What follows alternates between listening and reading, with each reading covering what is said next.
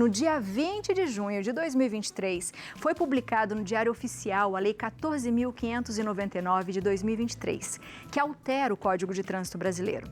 A nova lei é a 44ª alteração no Código e a segunda com maior número de alterações nas regras de trânsito. Mudou.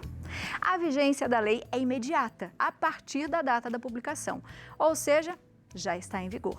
Por isso, hoje a gente traz informações para você de casa de alguma das principais mudanças. E quem conversa com a gente sobre o assunto é o advogado e professor de legislação do trânsito, doutor Gustavo Fernandes. Doutor, seja muito bem-vindo à nossa casa mais uma vez. Obrigado, Biane. Tudo bem? Tudo bem. Tudo ótimo. Quando a gente pensa, né, em direção, em carteira de motorista, a gente já fica assim, ai, será que a minha já venceu? Nossa, eu tô com uma multa. Ih, meu IPVA, a gente pensa só nas contas. Uhum. Mas a gente deve realmente ficar atento a isso, porque teve várias mudanças, né, doutor? Sim, são várias mudanças, sobretudo no prazo da renovação da CNH, por exemplo, que as pessoas até 70 anos de idade deveriam renovar de 5 em 5 e agora tem um prazo um pouco mais elástico, né? Um prazo de 10 anos para fazer a renovação. É claro que isso quem decide é o médico. O que muita gente entende é que todo mundo vai ter 10 anos. Não. O médico vai decidir com um prazo de até 10 anos. Então, você tem sempre que ficar atento, porque não é porque você realizou o exame que você já tem automaticamente 10 anos. Porque se você tem, por exemplo, diabetes tipo 2, que te causa um problema na vista, talvez o médico exija que você faça isso com uma periodicidade um pouco maior. Que interessante. E isso vai estar na carteira, doutor? Isso vai estar escrito na carteira, a data de validade, está anotadinha em vermelho lá na carteira, até, na verdade, a data do vencimento da sua habilitação. A gente tem aqui no plasma, falando um pouquinho antes e depois da lei, né, doutor? Exatamente. Então, antes nós tínhamos de 5 em 5, depois de 3 em 3, e agora até os 70 anos de idade ficou 10 anos e acima dos 70 anos de 3 em 3 anos. E o que é importante lembrar é que esse é o tempo máximo, mas pode o médico te dar um ano só se ele entender que ele precisa te avaliar num tempo menor. Esse é o tempo máximo, mas nada impede que o médico diminua esse tempo de acordo com o critério clínico dele. Além da gente falar da validade, quando a gente fala da carteira de habilitação, todo mundo sempre estava com ela, tinha que estar com ela em mãos. Hoje, doutor, a gente precisa estar com ela em mãos? Não, hoje a gente tem o aplicativo, né? A gente tem um aplicativo e as pessoas perguntam, mas se acabar a bateria do meu telefone? E aí, doutor? E se o local onde eu for parado não tiver sinal de internet?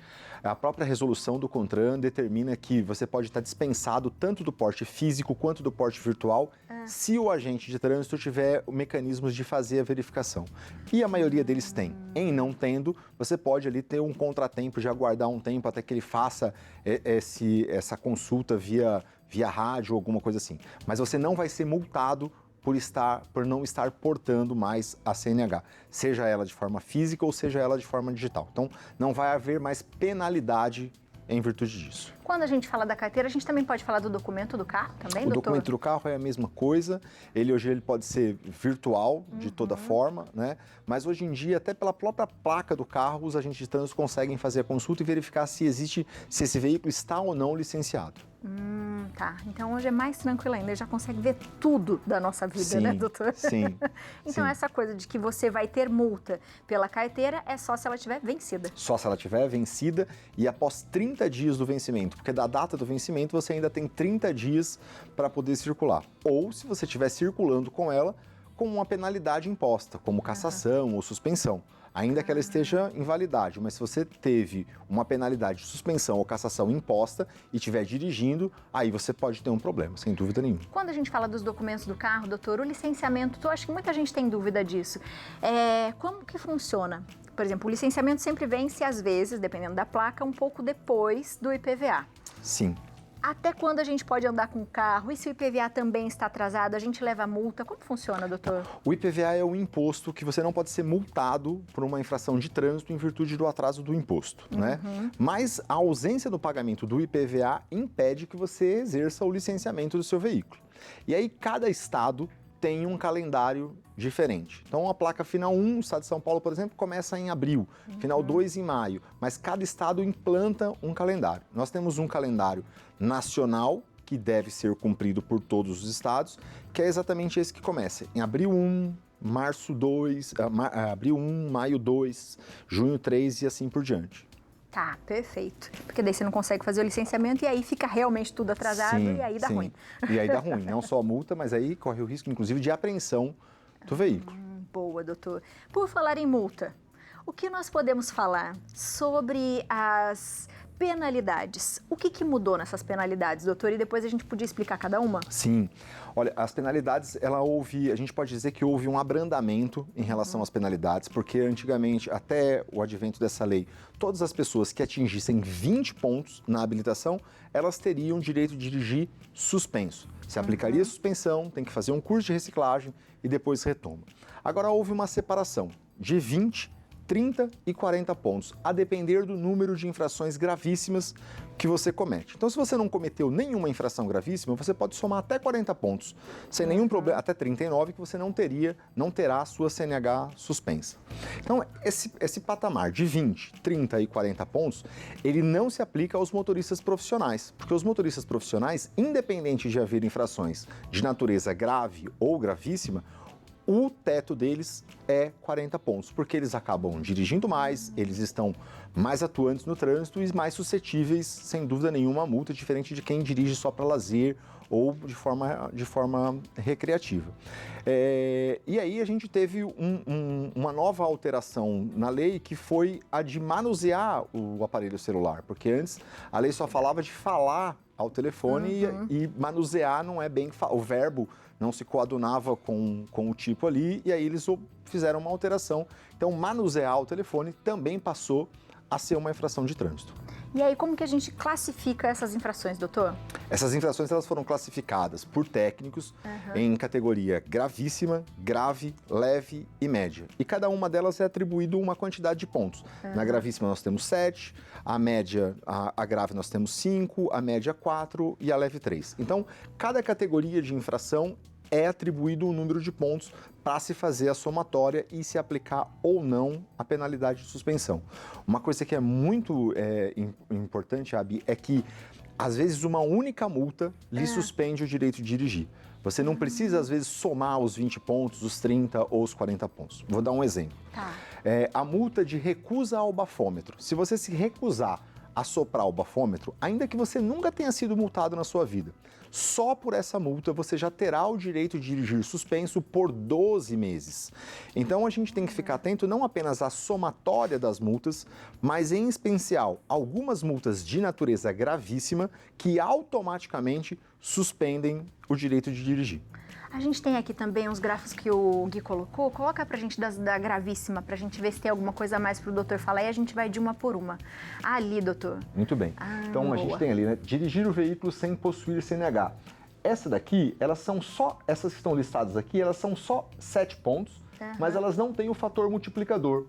Algumas têm um fator multiplicador por 10. Tanto é que a multa por recusar-se a submeter-se ao teste do bafômetro, ela é de R$ 2.934,70. Olha, então essa coisa que todo mundo fala assim, mas eu posso recusar, eu não sou obrigada. Você pode, mas você vai ficar um ano sem dirigir. Você vai ficar um ano sem dirigir, né? Só pelo fato de ter se recusado. Qual é a diferença entre soprar e não soprar? É que se soprar, e a depender do grau etílico que você tiver no sangue, você vai, além de receber uma infração de natureza administrativa, você pode responder por um crime de trânsito. Porque dirigir com teor alcoólico acima de 0,33 decigramas de álcool por litro de sangue, isso além de ser uma infração, ela é também um crime de trânsito. Então, por isso que a maioria das pessoas dizem, eu vou me recusar, consciente de que ela vai ser penalizada. Essa história de que você colocou, muito bem colocado, mas eu não sou obrigado a apresentar prova contra mim mesmo. O Supremo Tribunal Federal recentemente já deixou isso pacificado, ou seja, a multa é legal, você deve se submeter ao teste e, em não se submetendo, é legal que o órgão lhe autue e lhe faça a penalidade, inclusive da suspensão do direito de dirigir, mesmo que você não tenha somatória de pontos. Nunca tomei ponto, nunca tive ponto. Tomei uma multa por me recusar ao bafômetro. Vou ser suspenso? Vai ser suspenso por 1 ano. Que interessante. Vamos para o próximo aqui. Não sabia disso, doutor. Ali tem a grave, que são 5 pontos, né? Muito bem. Boa. Deixar de usar o cinto de segurança. Aí tem uma curiosidade, que é falar assim, utilizar o celular enquanto dirige, né? E aí algumas pessoas falam assim... E o Waze, doutor? O meu GPS? Pois é. E o Viva Voz, né? Posso utilizar no Viva Voz? Não posso utilizar? Porque hoje tem veículos que você atende no telefone. Mesmo no Viva Voz, é proibido você utilizar o telefone. E é proibido por uma coisa que, se você for analisar, é muito justa, porque eles se preocupam com a segurança do trânsito. Se a gente estiver dirigindo no mesmo carro, e eu estiver dirigindo, e a gente estiver numa discussão, numa conversa acalorada, numa conversa, e você vê um perigo lá na frente, você mesma vai diminuir o tom de voz para que essa sua diminuição do tom de voz me chame a atenção a um determinado perigo. Quando eu estou falando, ainda que no Viva Voz, essa pessoa ela não está tendo contato comigo, nem contato visual com o que eu estou vendo. E aí ela pode, nesse momento, levar a uma situação que não condiz com a realidade. Então, mesmo no Viva Voz, existe uma insegurança cientificamente demonstrada, por isso que ainda que no Viva Voz a gente não pode utilizar o telefone celular e dirigir ao mesmo tempo. E como que a gente consegue provar isso, doutor? Pois é, a palavra... Porque daí, de repente, você fala, mas eu estava cantando. Pois é, a palavra do policial militar ou do agente de trânsito tem fé pública, né? Aí é você que vai ter que fazer a prova do contrário. Então, assim, todo mundo certamente teria, se a gente não tivesse dado a fé pública aos agentes de trânsito, todo mundo teria uma forma de se esquivar muito fácil das infrações de trânsito. Então, pensando nisso, existe uma fé pública dos policiais e aí é a gente que vai ter que fazer a prova disso. Às vezes você pode provar, por exemplo, dizendo, olha, eu uso tal telefone e apresentar a conta de telefone, talvez, dizendo, nesse momento, nessa hora, não estava em ligação, né? Ter uma testemunha que estava junto com você, esses são meios de provar, mas a infração vai ser aplicada e sempre com o direito de que você se defenda, de que você apresente o recurso no momento correto e da forma como se deve ser. Porque, ó, doutor, eu não vou falar, não vou mentir que eu não atendo o telefone assim, eu atendo, mas eu converso sozinha no meu carro, eu canto alto no meu carro, doutor, às vezes o povo fala assim, ah lá, menina louca, eu tô lá feliz no carro e pensou, eu vou levar uma multa. Se você encontrar um agente de trânsito meio mal-humorado e ele achar que essa sua felicidade está incomodando, ele pode te multar por achar que você, de repente, está falando ao telefone. Uau! Interessante, doutor. Estou gostando muito desses pontos. Vamos para a próxima, ver se tem mais alguma coisa. Muito bem. Essas são as infrações de natureza média, são as infrações de menor potencial ofensivo, que quase não geram nenhum perigo ao trânsito, né? Ou ao menos nenhum perigo iminente, né? Então, por exemplo, dirigir com o braço para fora, estacionar em desacordo com a regularidade, mas às vezes só essa infração de 4 pontos ela faz com que você extrapole o teto e aí não só por ela isoladamente, mas por ela em conjunto com o demais pode fazer com que você tenha o direito de dirigir suspenso. E tem gente que às vezes não leva isso muito a sério e esquece que se você estiver dirigindo com habilitação suspensa, a penalidade é a cassação da CNH. Você perde definitivamente, você tem que voltar lá atrás, como se tivesse 18 anos e começar a reabilitação toda novamente. Exame médico, psicotécnico, cursinho, exame teórico, aula prática, exame prático. Então, 4 pontos pode não ser muito, mas somado aos outros, se atingir a somatória de 20, 30 ou 40, a depender do número de gravíssimas, você vai ter o direito de suspenso. E a gente tem que ficar observando isso, doutor? Onde que a gente pode entrar para ver os pontos? O Estado de São Paulo, ele, sobretudo depois da pandemia, ele informatizou isso de maneira espetacular. Então, o próprio aplicativo hoje, você consegue fazer essa consulta. Mas existem escritórios de despachantes, existem autoescolas que fazem essa consulta também gratuitamente, sem nenhum tipo de custo. Boa. A gente vai fazer o seguinte, o Gui fez separadinho, depois a gente vai tentar printar e colocar nos stories para vocês, porque acho que é legal a gente ter em casa. Porque tem mais uma polêmica, doutor, que eu preciso antes da gente finalizar. A cadeirinha. Aumentou a idade agora, doutor? Pois é. Na verdade, o que aconteceu com a cadeirinha foi um ajuste, né? Porque a segurança ou insegurança da criança não é pela idade dela, e sim pelo tamanho e peso da criança. Então, o que foi feito foi um ajuste. Pode, inclusive, crianças menores de 10 anos estarem no banco da frente, desde que ela tenha mais de 1,45 m. E pode também crianças de 11 anos ainda serem obrigadas a estar no banco de trás, se ela tiver menos que 1,45 m. Então, o que houve, na verdade, foi um ajuste, porque o que define a segurança não é a idade por si só, e sim a estrutura do biotipo dessa criança. Então, no fazer esse ajuste, aí acabou dizendo, olha, são 10 anos, mas se tiver menos de 1,45, tem que continuar no banco de trás. A exceção, é claro, dos veículos que não possuem banco de trás, como o picape, essas caminhonetezinhas e tal. Aí é possível que você seja com a criança menor de 10 anos ou menor de 1,45 m também no banco da frente. E caso de pessoas pequenininhas, a nossa Andrezinha é minúscula. Ela coloca a almofada para dirigir, Andresa. Continue, porque senão alguém vê, vai falar para você andar na cadeirinha, dirigir na cadeirinha. Pois é. Porque tem gente que é mais baixo, né, doutor?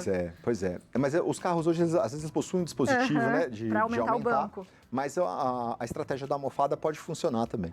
Pronto. Então, ó, fica atenta você aí, que você que é uma mulher um pouquinho menor, né? Com um frasco menor, mas o seu perfume é lindo. Usa aí, de repente, uma almofadinha, porque é uma boa dica. É uma boa dica. Lembrando sempre, né, doutora, a gente tem que ter essa disciplina, a gente tem que ter atenção no trânsito. Dirigir um veículo não é algo simples, a gente pode cometer crimes, como o senhor estava falando, e acho que a gente tem que ter essa visão cada vez maior, não é? Sim. O Brasil é uma recordista quase mundial na morte por trânsito, morrem aproximadamente 40 mil pessoas por ano no trânsito, é uma guerra aproximadamente, e às vezes é claro que ninguém gosta de levar multa, mas se a gente tiver esse olhar que você está tendo agora de dizer que a gente é responsável pela segurança e pela vida das pessoas no trânsito, é uma coisa muito importante. Doutor, volte mais vezes. Sempre que convidado, muito obrigado. É muito bom a gente ficar lúcido no que a gente está fazendo. Você de casa, aproveita para seguir o doutor no Instagram, @Gustavo Fernandes Advogados.